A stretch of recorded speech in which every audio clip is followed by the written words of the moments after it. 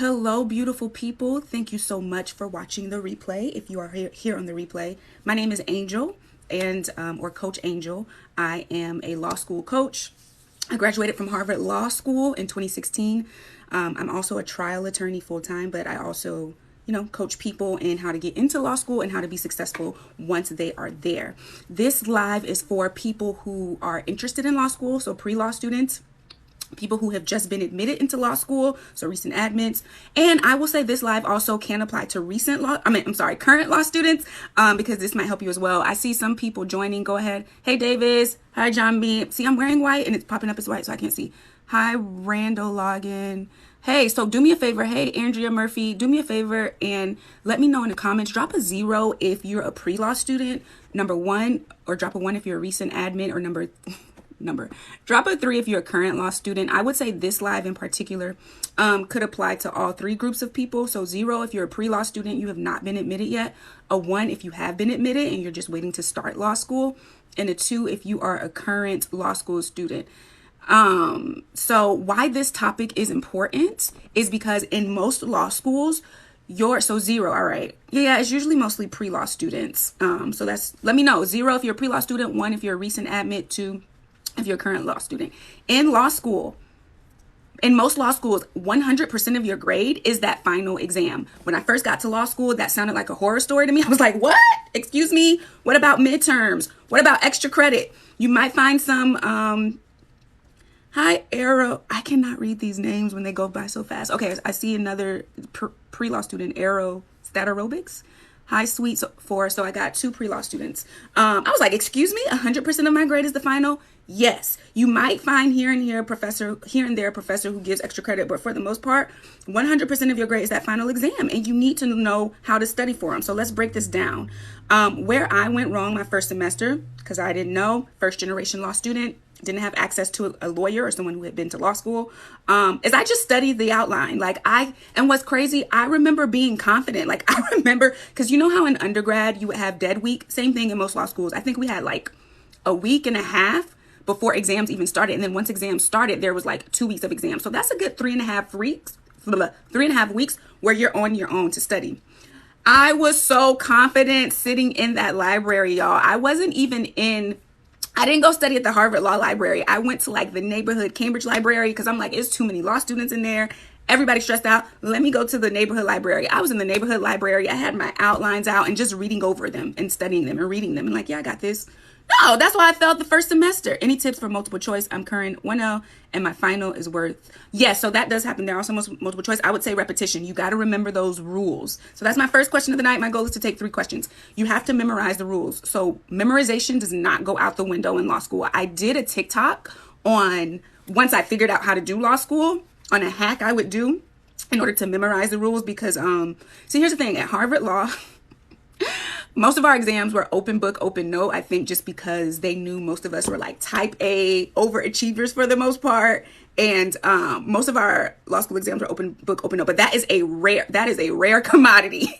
Most law school exams are closed note, closed book. And so what's funny is that when there was a visiting professor, it was only the visiting professors at Harvard Law who gave these traditional exam, tests that were closed note and closed book. And so I had a couple of visiting professors and I had to memorize those rules. So I did a TikTok on this hack that I would do. You memorize them from the flashcards, create your own. There are companies that make flashcards. Either or, don't get caught up in the trap of oh my God. There's a new question. I don't know if this will count as one of your 3 questions, but where did you get your glasses? That's hilarious. No, that won't count, but I'll tell you. I think I got it from ZLOL or something like that. ZLOL. They have a lot of fashion frames, but don't get caught up in if I buy from this company, then they won't have the specific rule statement, or they won't have the specific doctrine that my professor is going to cover. What? I said this in the other live. The law, it does change, but it takes a long time to change, y'all. They have been teaching law school the same way for years. You will literally read the same cases, the same case precedent. So case precedent is a case that sets the law for that topic or for that legal issue, for that legal battle. You will read case precedent in law school from the 1800s. You will read case precedent in law school from 1920 something. Ask any law student or current lawyer. Most of them have read the case or studied the case in property called Pearson v. Post. They know that. Oh, thank y'all for the hearts. Thank you. They know that case. And that case is about a freaking two people were hunting a fox. One guy was hunting a fox and then someone swooped in. I think he lost sight of the fox or something. Check me on the facts because that was like a long time ago. Something happened where they're arguing like who owns the fox? Whose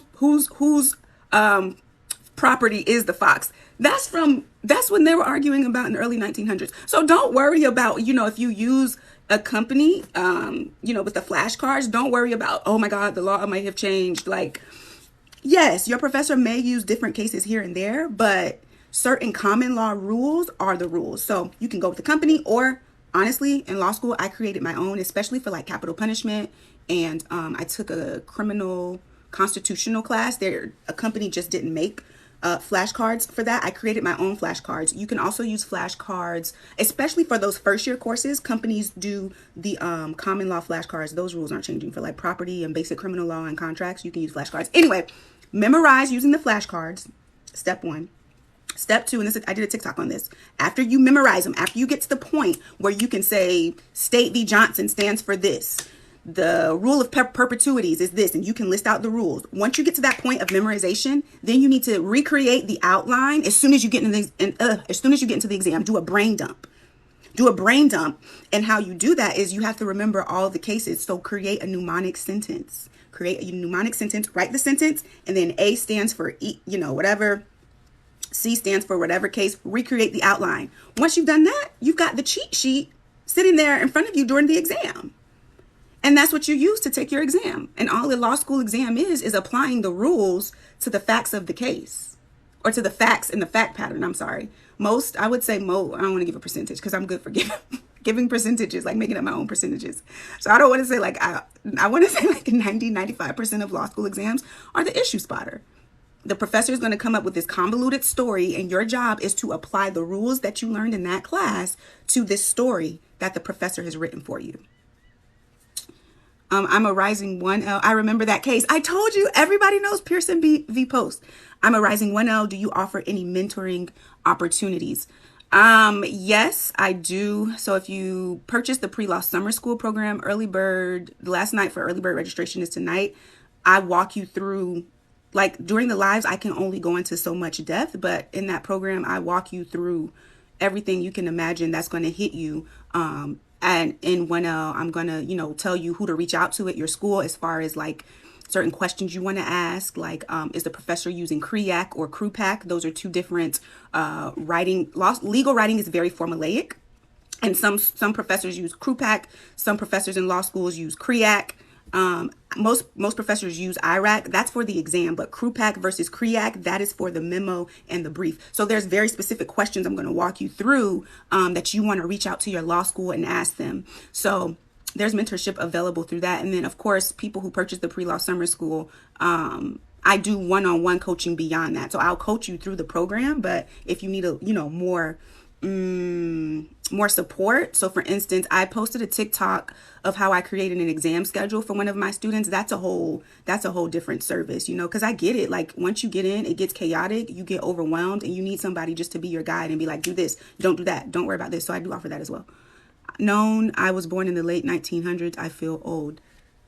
I guess, yeah, I'm an 89 baby. So, but no, the cases I'm talking about are like 1920s. You'll read cases in law school from like 1700s, 1800s.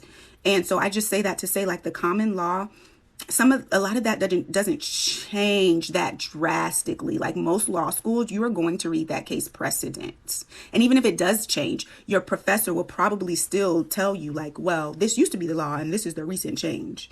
I think I've answered 2 questions. I said I'll answer one more. Yes, the glasses question doesn't count as a question. So any more questions? That's pretty much what I had to say about studying for law school. If you missed it, you can always go back and watch the replay. I can't believe it's butter. That's hilarious. Hi, do me a favor, drop a 0 if you're a pre-law student, a 1 if you're a recent admin, and a 2 if you're a current law student. So far, I've got mostly pre-law students on here.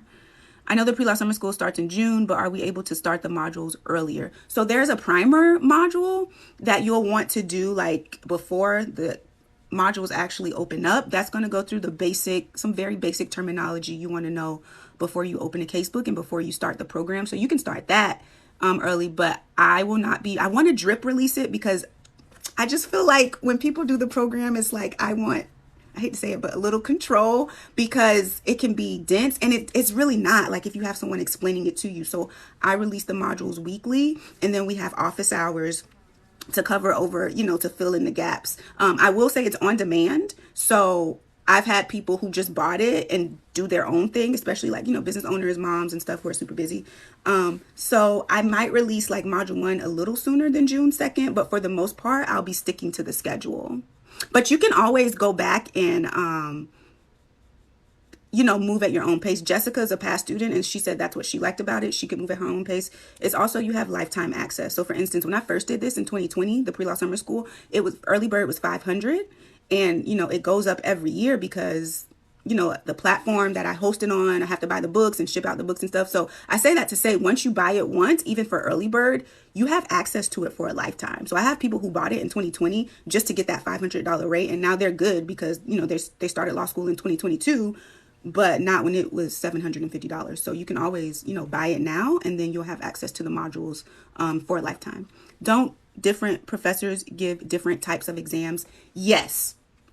So somebody just posted, she has a multiple choice exam, is 70% of her exam. I had a visiting professor who did that. It wasn't 70%, it was like 50% or something crazy. So you do have some professors who will do multiple choice, but I'm telling you, ask any law student, ask any current attorney, the number one type of exam is the issue spotter. Why? Because that's what you're going to do in practice. As a trial attorney, that's what I do all day. I spot issues, right? I'm a trial attorney. So when I pull up that police report, I'm like, I can't talk too much about my job on social media. So that's why I'm very vague. But when I'm reading the facts of the case, I'm like, this issue, that issue, let's file this motion, they can't do that.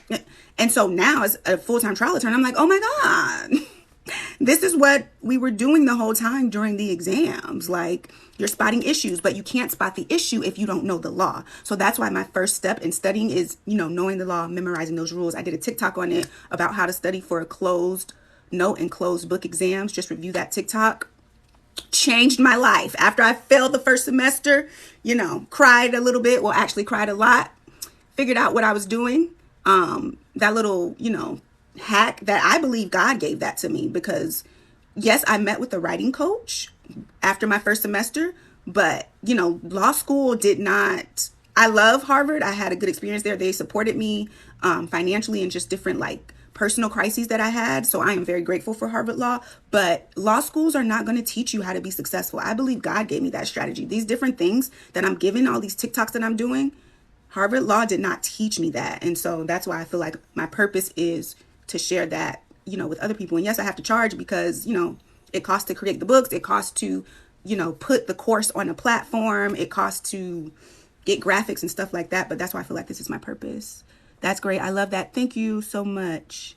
Hey, Miss. Hi. Do me a favor. Drop a 0 if you are a pre-law student, a 1 if you recently admitted, and a 2 if you're a current law student. I started reading this 3.8. Is it possible? I am so sorry I missed this question, Miss Aerostatic. State aerobics. This is embarrassing. Is it possible old grades from a prior colleges so that it doesn't affect my current 3.8? I don't quite understand the question. Is it possible old grades from a prior college so that it doesn't affect my current BSLS 3.8? I'm sorry, I don't understand the question. Is it possible to erase old grades? I don't know if that's what your question is. Maybe. I don't think so. You have to talk to your undergrad about that. Are law school class rubrics generally the same? You mean across different law schools? No. So that is an awesome question. Thank you so much. Dang it. Where did it go? Who just asked that question? I'm about to enroll now. Super excited. Oh, thank you, JGM. I can't wait to meet you. Somebody just asked, our law school. Oh, BO. Are law school class rubrics generally the same? From law school to law school? No. What's crazy, that's a super good question. And this is another part of my passion why I do what I do. I remember somebody else in the class asked for an exemplar response. This was legal research and writing. Every law student, every 1L will take this at every law school. Somebody asked for a rubric essentially, or an exemplar response for, because we had to do one of the major law school assignments is either the memo or the brief. We were working on the memo.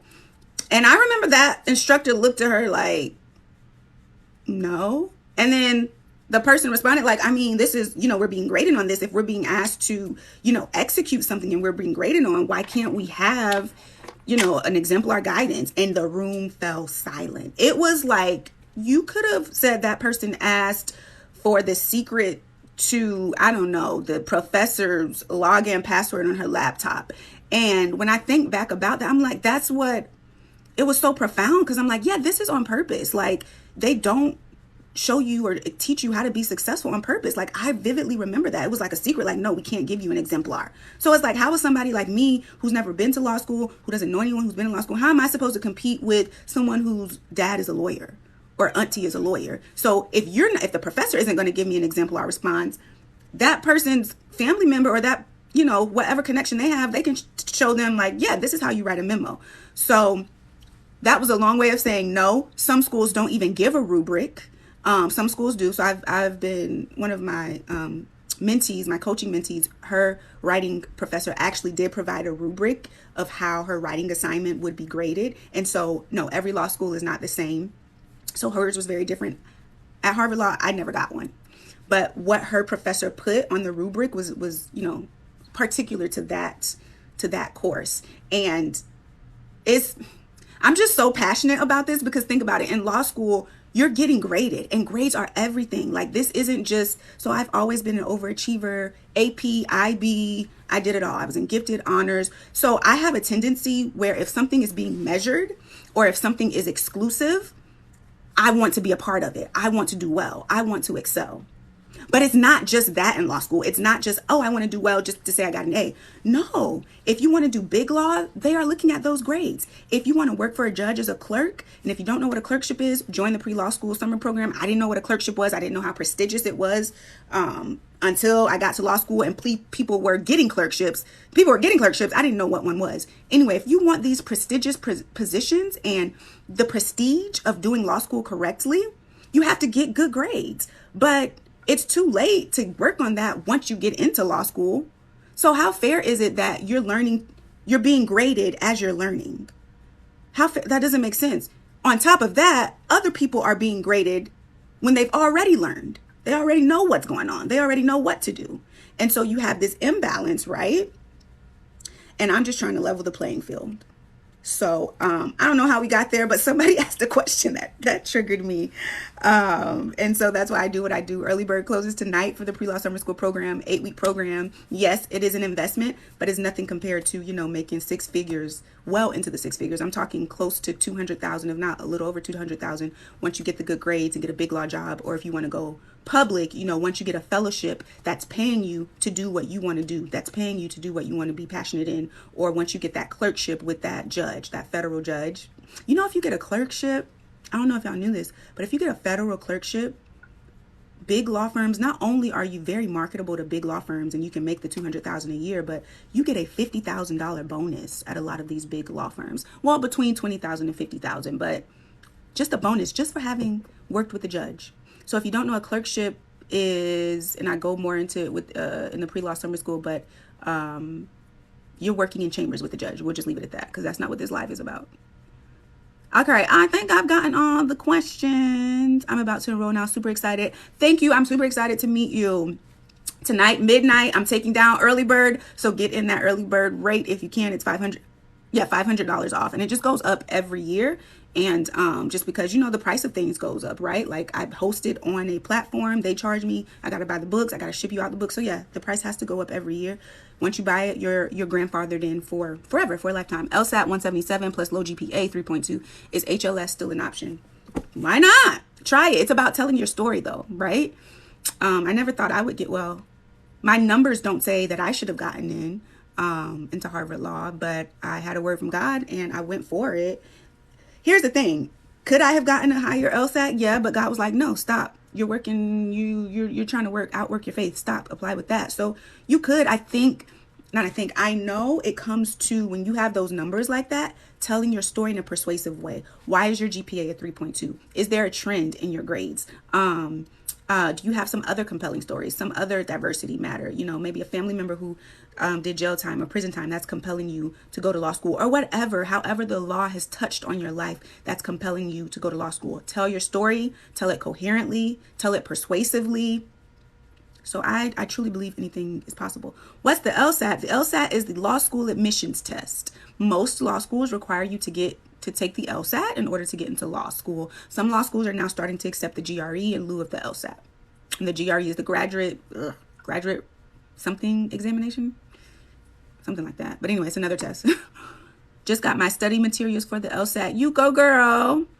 You go, girl. All right. Well, if there's no other questions, I've answered. I did 5, so I did more than my goal. The graduate record exam. Thank you, Miss. I can't see because the white is cursed to wander. Thank you, Cursed to Wander. Okay, thank you. You're so welcome. There's no other questions. I think that does it for tonight.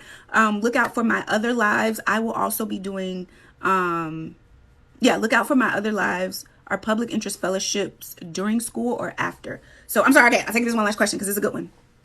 So the public interest fellowships are typically after law school. So you apply for them during law school, and then they're typically for you to, work and do what you want to do, what you're passionate about after law school. But they're some select very prestigious ones. But like I said, they're going to be looking at your grades. So come to pre-law summer school, get that strong foundation. Let's level the playing field. This is a form of justice, I believe, for me. For first gens and people who don't have access to a lawyer or someone who's done law school, or you might just, not saying you're from an impoverished background, but maybe you just don't know how to do law school and you want to get a heads up. Come on over. Pre-law summer school, midnight tonight is the early bird deadline. www.prelawsummerschool.com. The link is also in my bio. Check out my TikToks. I give a lot of hacks there, but we're going to go into more depth, more strategy, more specificity if you are a member of the pre-law school summer program. All right. Good night, y'all.